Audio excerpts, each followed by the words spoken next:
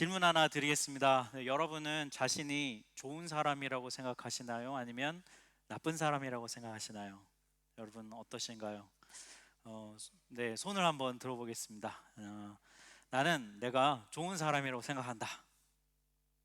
네. 그러면 자신 있는 분들, 네, 네, 옆 사람 눈치 보지 마시고, 네, 당신이 약간 이런 눈빛인데, 네, 나는 나쁜 사람인 것 같다. 아, 아무것도 안 되신 분들은, 네, 비난을 두려워서 하시나요? 네. 네, 이 질문 사실 어려운 질문이에요. 네. 손을 안 드는 것이 어쩌면 좀 정상인 것 같기도 하고 아닌 것 같기도 하고 그죠? 네, 굉장히 헷갈리는 질문이기도 합니다. 네. 뭐 좋은 사람, 나쁜 사람이라고 하려면 사실 좀 기준이 명확해야 되는데 이 세상에서 저희가 좋은 사람, 나쁜 사람의 기준을 정하자면 아마도 뭐 법을 잘 지키거나 혹은 다른 사람들과 비교해서 그래도 내가 좀 낫지 않나 이런 것에서 우리가 보통은 이 기준을 찾을 거예요. 여러분 요즘 영화를 보면 이런 걸 좀 알 수 있어요. 예전에는 좀 캐릭터가 좀 선명했습니다. 선한 사람, 악한 사람 선명했는데 요즘 영화를 보면 선한 사람도 그 안에 악함이 있고 악한 사람도 왜 그런 악한 사람이 되었는지 그 나름의 이유가 있는 그런 좀 굉장히 복합적인 캐릭터들이 많이 있어요. 결국 인간은 완벽하게 선하거나 혹은 완벽하게 악하거나 이렇지 않다는 것을 좀 우리가 알 수 있어요. 누구나 양면성이 좀 다 있어요. 세상은 이렇게 선과 악을 이야기하는데 성경은 어떨까요? 성경은 이것과 똑같지는 않지만 우리 성경도 사람은 그런 존재라고 이야기해 주는 부분이 있습니다. 바로 오늘 우리가 읽은 본문 이 로마서 7장 18절부터 25절의 내용이 바로 그런 내용인데요.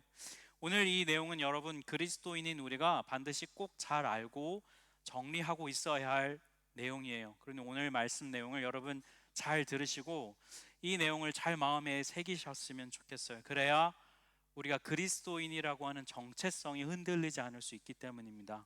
오늘 이 말씀을 잘 기억하셨으면 좋겠어요. 우리가 그리스도인으로 살면서 좀 헷갈리는 게 이런 부분이에요. 나는 분명 예수님을 영접했는데 왜 계속 죄를 지을까? 분명히 나는 죄의 지배가 아니라 이제 은혜의 지배를 받는다고 로마서 6장에서 이야기하고 있는데 근데 나는 왜 여전히 죄의 지배를 받고 있을까? 이런 의문이 우리에게 늘 들지요.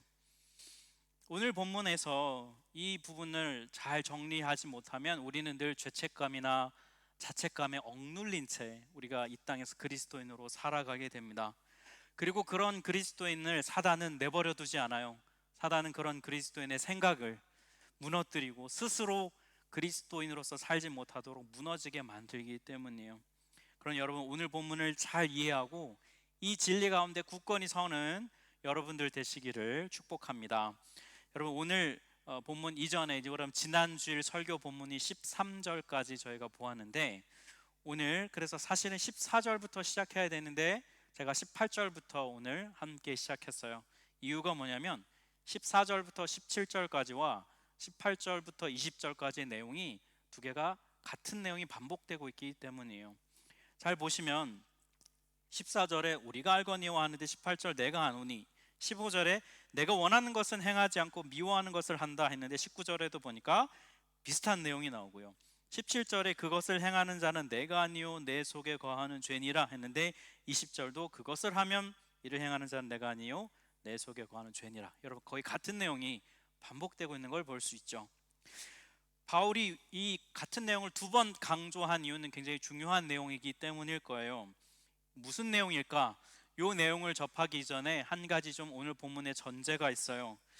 이 18절부터 25절을 보면 나라는 사람이 등장합니다. 나 혹은 내 속에 이렇게 나가 등장하는데 이 나는 누구일까라는 거예요.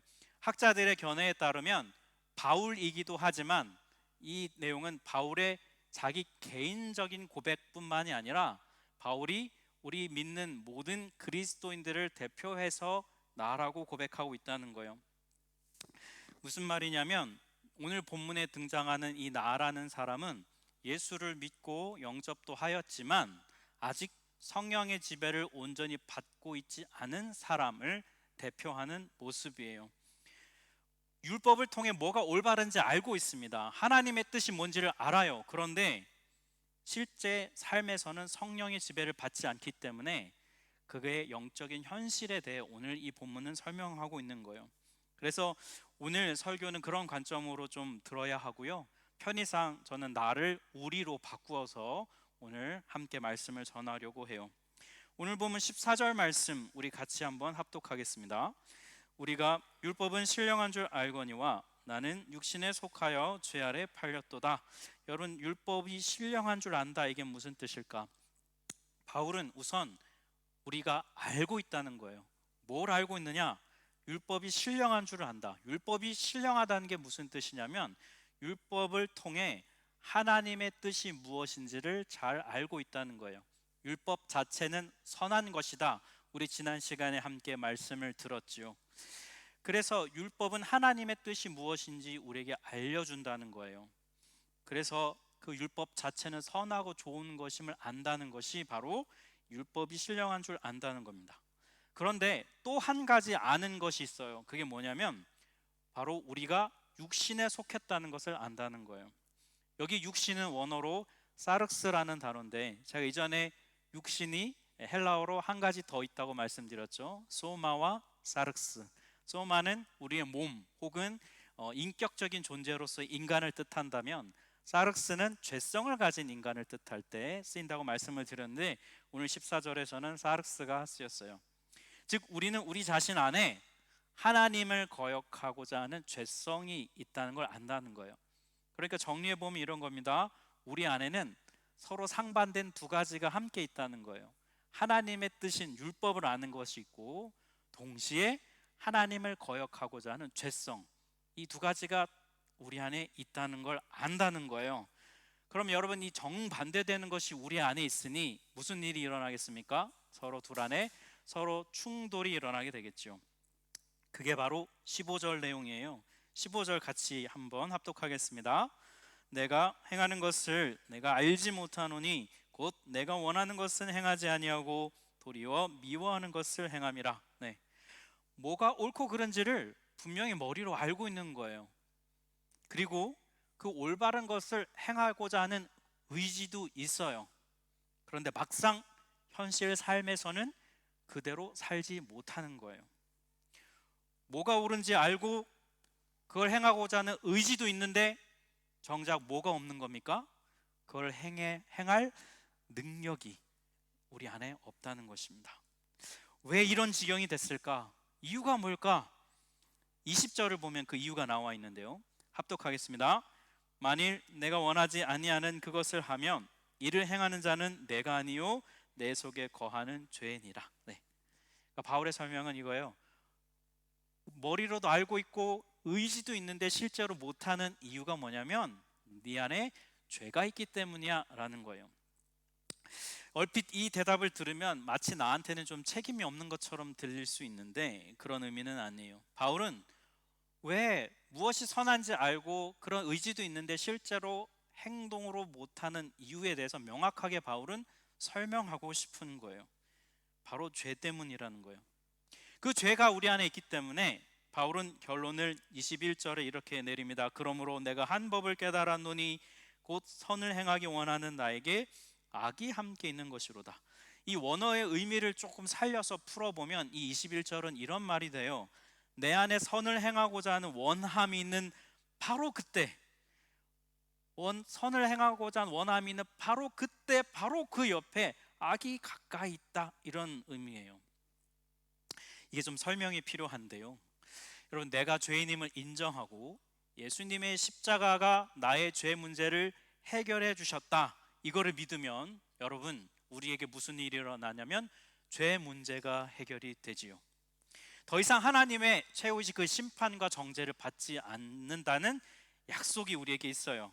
하나님은 우리를 향해 너는 의로운 존재야 라고 인정해 주세요. 이거를 가리켜 좀 어려운 신학적 용어로 중생 이렇게 표현하고요. 우리가 잘 아는 말로는 거듭남, 다시 태어남 이렇게 표현을 합니다. 거듭난 그리스도인은 더 이상 죄로 인해 하나님의 심판을 받지 않아요. 이건 성경의 약속이에요. 이렇게 죄 문제가 해결됐는데 그럼에도 불구하고 여전히 우리는 죄를 짓는다는 것이죠. 이거를 그래서 여러분 이렇게 정리를 해볼 수 있습니다. 그리스도인에게는 죄 사함은 있으나 죄는 남아 있다. 죄는 없어지지 않았다. 그리스도인이 되고 나면 바로 당장 죄가 없어지는 게 아니라 죄는 여전히 있지만, 그러나 그 죄로 인한 심판과 정죄를 받지 않게 됐다. 죄 사함은 생겨났다. 이렇게 정리하는 것이 중요해요. 여러분, 이 진리를 잘 알아야 합니다. 왜냐하면 이 진리를 자꾸 알지 못하면 자꾸 우리는 헷갈리게 되거든요. 예수님의 십자가의 죽음과 부활을 믿음으로 우리에게는 죄사함이라고 하는 놀라운 은혜가 주어졌어요. 여전히 죄를 짓지만 이 죄로 인해서 하나님의 심판을 받지 않는 큰 은혜가 우리에게 주어졌다는 거예요. 그 특권이 주어졌다는 거예요. 그럼에도 불구하고 죄를 짓는 이유는 우리가 사륵스라는 존재로 여전히 살아가기 때문이에요. 이걸 좀 쉽게 이렇게 설명할 수 있습니다. 여러분, 몇 년 전에 온 세계가 코비드 19 그 바이러스 때문에 온 세계가 공포에 시달렸죠. 걸리면 죽거나 심각한 후유증에 가게 되니까요.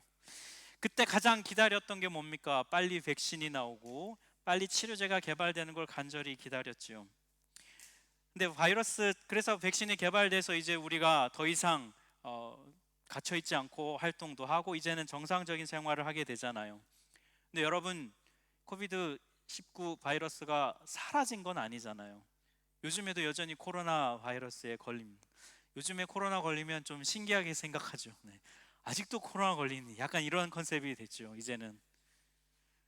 근데 여러분, 이제 우리가 코로나 19 바이러스에 걸린다고 해서 이제는 우리가 막 두려워하고 막 무서워하고 그러진 않죠. 이유가 뭡니까? 백신과 치료제가 있기 때문에.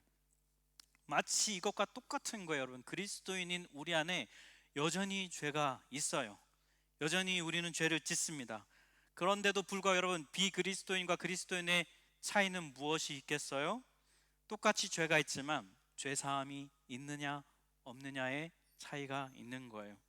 예수님의 십자가라고 하는 백신과 치료제가 있기 때문에 우리에게는 죄가 있지만 죄 사함의 은혜가 주어졌다. 이렇게 이 내용을 정확하게 여러분 아시는 것이 중요합니다. 여러분, 이 진리를 꼭 붙드십시오. 그리스도인에게는 죄 사함이라고 하는 은총이 주어졌다. 이 진리를 붙드셔야 합니다. 예, 여러분 옆 사람 한번 선포해 줍시다. 죄 사함이 우리에게 있습니다. 이렇게 서로 한번 선포해 주세요. 네. 네. 자, 뭐 여기까지는 우리가 괜찮은데 사실은 좀 이 다음이 문제예요. 죄가 있지만 죄 사함을 받은 우리 그리스도인의 현실. 어떨 때는 여러분 이 죄 사함의 은혜가 막 너무 커서 막 감사와 찬양이 막 저절로 터져 나올 때가 있습니다. 소위 말해 은혜가 막 충만할 때가 있죠.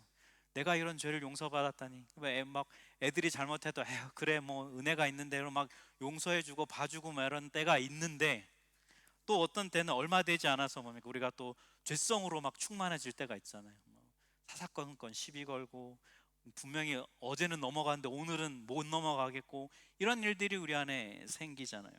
금세 감사와 기쁨은 사라집니다. 그러다 보면 도대체 나는 무슨 존재인가 이런 생각이 막 들죠.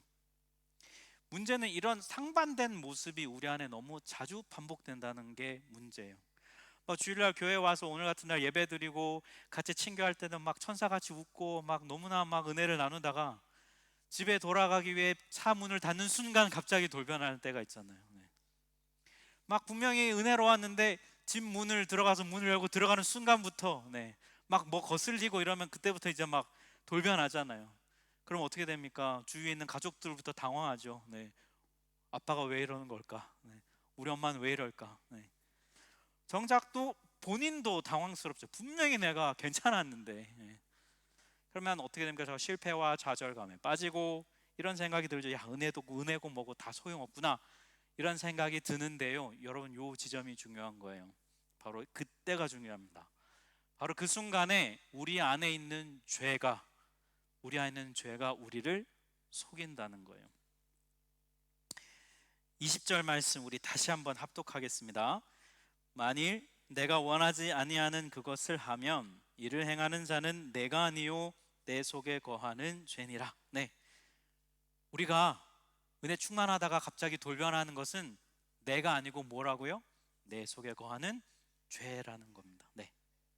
여러분, 죄는 암세포 같아요. 그래서 우리 몸 안에서 분명히 우리보다 작아요, 처음엔. 그런데 이 암이 어떻게 됩니까? 점점 퍼져서 우리 몸을 지배하게 되면 결국 우리 생명을 가져가잖아요. 죄도 우리 안에 있는 그 무엇입니다. 우리 자신이 아니에요. 우리 자신은 죄가 아니에요. 우리는 이 죄와 분리됩니다. 그런데 이 죄가 우리 안에서 어떤 환경이 조성되면 힘을 얻고 쑥쑥쑥 자라나는 거예요. 그래서 자신의 지배를 우리 안에서 막 펼쳐나가게 되는 겁니다. 언제 이 죄가 힘을 얻을까요? 죄는 바로 우리의 육신, 즉 사르스와 같은 우리의 안에서 힘을 얻어요. 여러분, 죄는 우리 몸을 이용합니다. 여러분, 우리 몸은 기본적인 욕구가 있잖아요. 먹고 싶은 욕구, 그다음에 쉬고 싶은 욕구, 그리고 즐기고 싶은 욕구, 성적인 욕구, 이런 것들이 있죠. 여러분, 이 욕구 자체는 나쁜 것이 아니라고 지난번에 말씀드렸잖아요. 그죠? 그런데 우리 안에 있는 죄는 이 몸이 가진 욕구를 이용하는 거예요.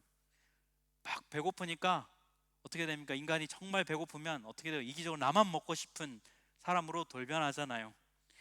피곤하고 힘든데 뭘 섬기냐, 귀찮은데 그냥 아프다고 그냥 대충 둘러대고 가지 말자, 이런 마음이 들기도 하고요. 절제하고 막 참으면 여러분 막 스트레스 받잖아요. 막 괴로워하고 막 힘들어하고. 그러면 뭘 스트레스 받냐고, 먹어, 인생을 즐겨, 왜 그래? 막 우리 몸은 또 그렇게 우리를 속이죠. 이런 식으로 여러분, 죄는 우리 몸의 욕구에 딱 기생해서 붙어서 자신의 힘을 크게 만들어 가요.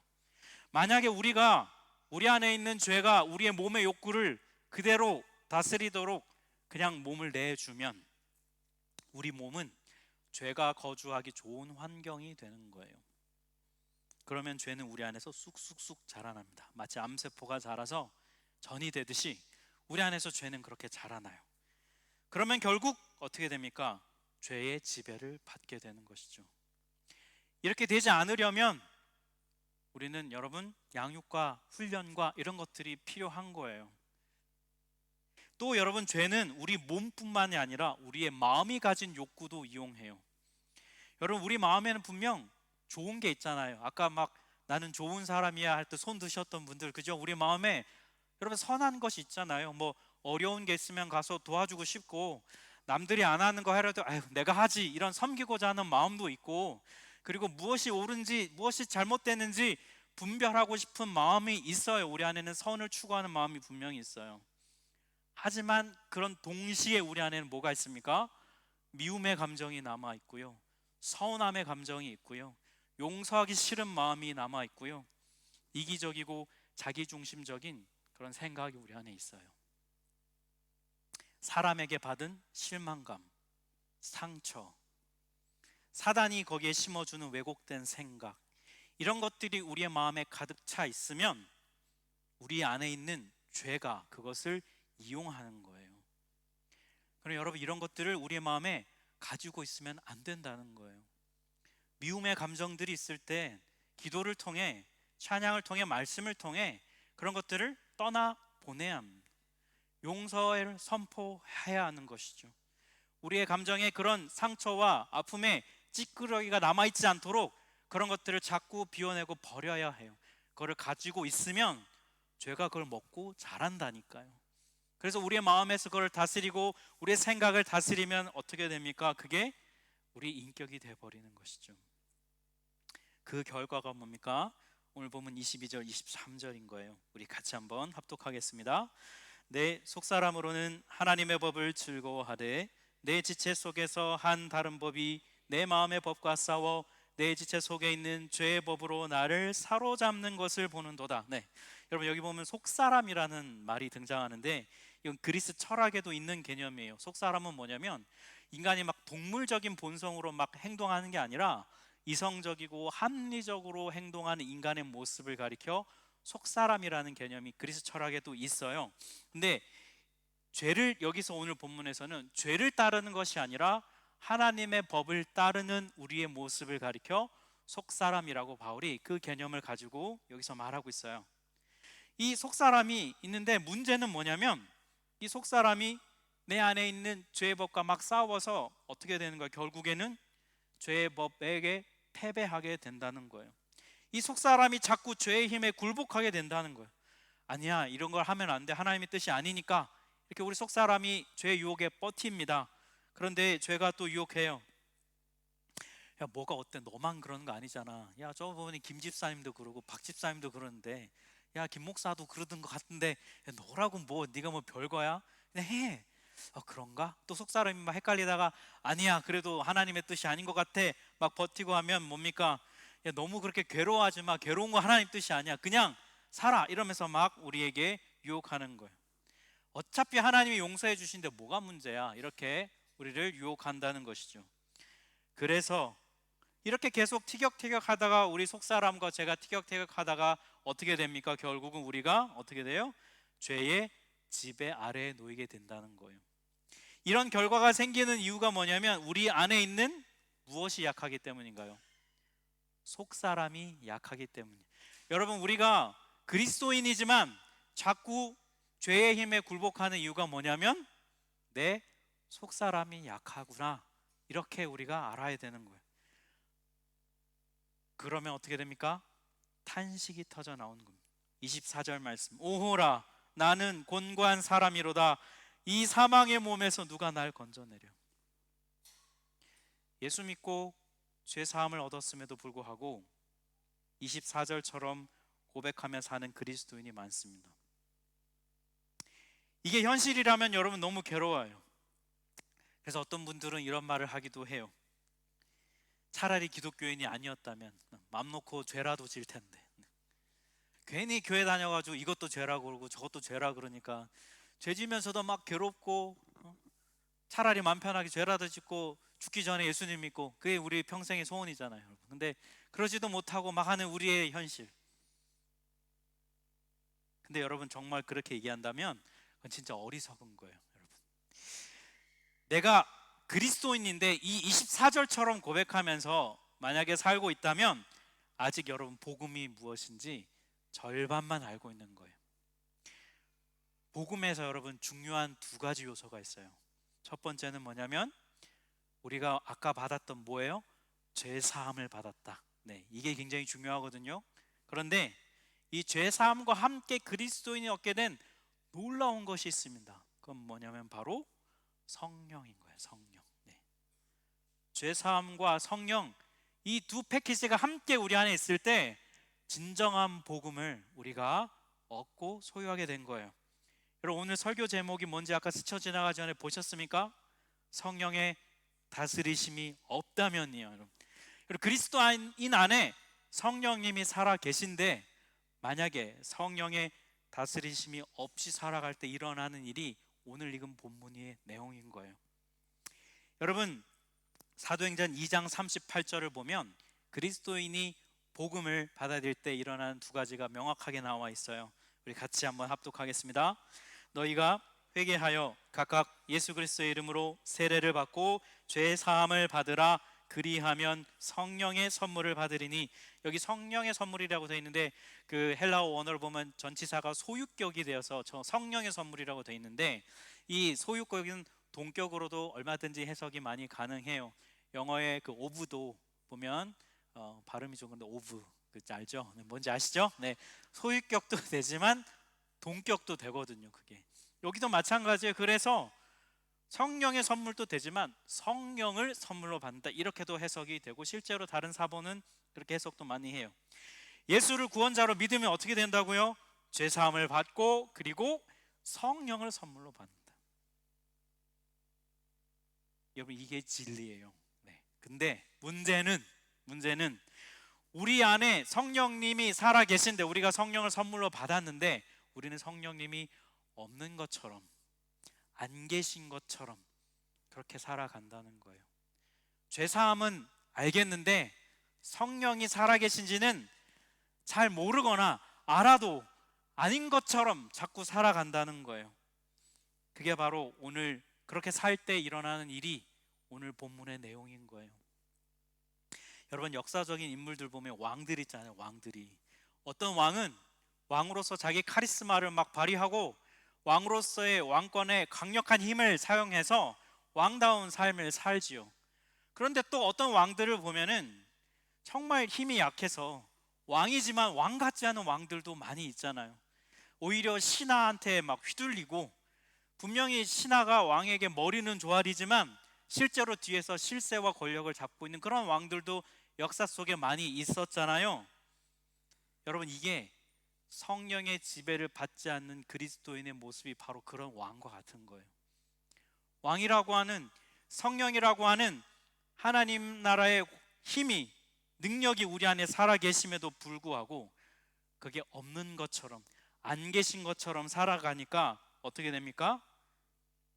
죄의 지배를 받게 되는 거예요.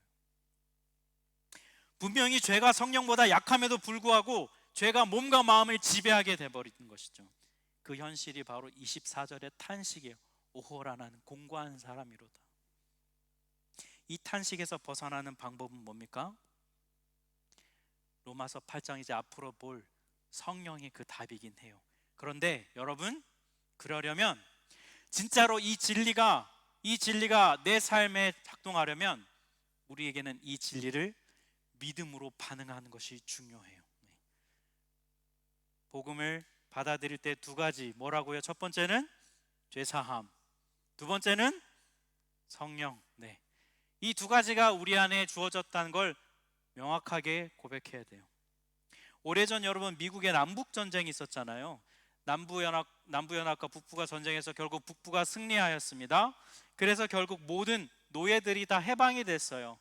그런데 여러분, 이 승리의 소식으로 말미암아 노예들이 해방됐음에도 불구하고 일부 흑인 노예들은 여전히 백인들의 두려움, 그리고 자유인이 돼서 자기 명의로 은행에서 콘토를 만들 수 있음에도 불구하고 그러지 못한다고 생각하면서 평생을 살았던 흑인 노예들도 실제로 있었다고 하지요.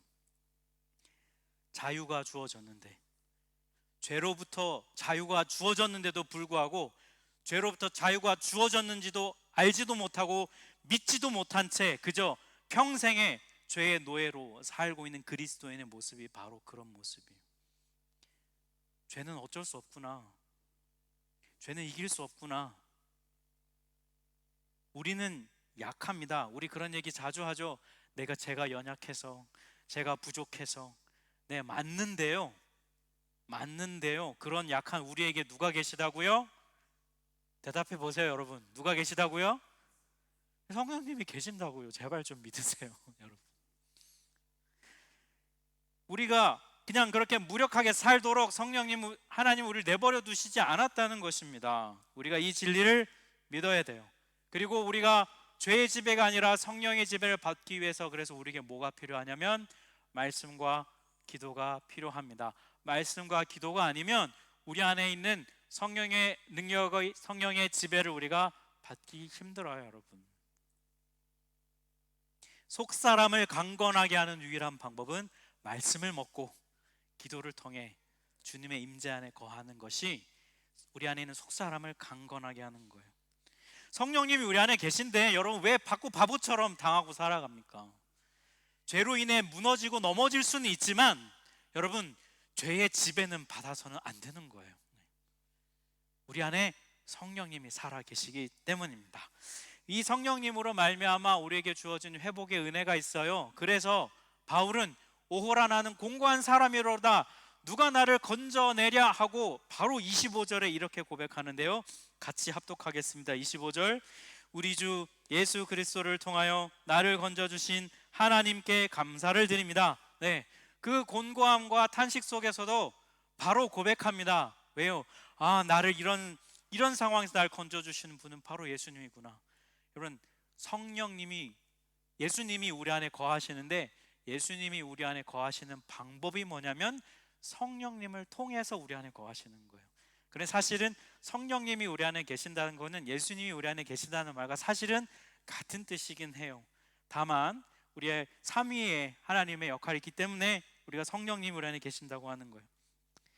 성령의 다스림이 없는, 성령의 지배가 없는 그리스도인의 삶은 너무 안타까운 것입니다. 능력이 있는데 사용하지 못하고 있는 거예요. 사랑하는 성도 여러분, 오늘 본문의 고백이 나의 고백과 같다면 오늘의 이 진리를 반드시 기억하십시오. 죄사함이 나에게 주어졌다. 이제는 내가 짓는 죄를 짓는다면 나를 정죄하고 나를 비난하는 사단의 음성을 들을 것이 아니라 내 속에 있는 죄가 나를 자꾸 지배하려고 하는구나. 그럴 때 어디로 피해야 됩니까? 말씀으로, 기도로 피함으로써 우리 안에 있는 속사람이 강건하여져서 다시 내 안에 정말 살아계신 성령의 지배를 받는 여러분들 되시기를 축복합니다. 그래서 여러분, 그리스도인다운 삶, 죄의 지배를 이겨내고 성령의 지배를 받음으로 주님이 약속하신 이 약속의 복을 누리는 여러분들 되시기를 주님의 이름으로 축복합니다. 우리 같이